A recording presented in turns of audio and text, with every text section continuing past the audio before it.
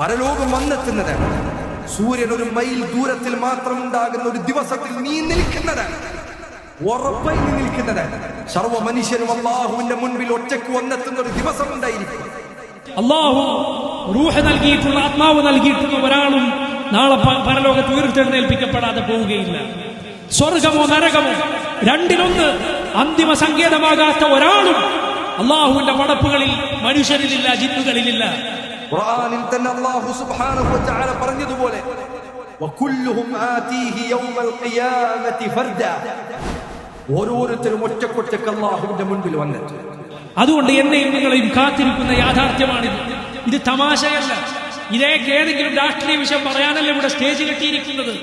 മറിച്ച് ഓരോ വ്യക്തികളെയും, ഓരോരുത്തരെയും, പണക്കാരനാകട്ടെ, പാവപ്പെട്ടവനാകട്ടെ, ഉദ്യോഗസ്ഥനാകട്ടെ, തൊഴിലാളിയാകട്ടെ, മുതലാളിയാകട്ടെ, ആണാകട്ടെ, പെണ്ണാകട്ടെ, എല്ലാവരെയും കാത്തിരിക്കുന്ന, എന്നെയും നിങ്ങളെയും തുറച്ചു നോക്കുന്ന യാഥാർത്ഥ്യമാണിത്. പഠിക്കാൻ തയ്യാറാവുക, മനസ്സിലാക്കാൻ തയ്യാറാവുക.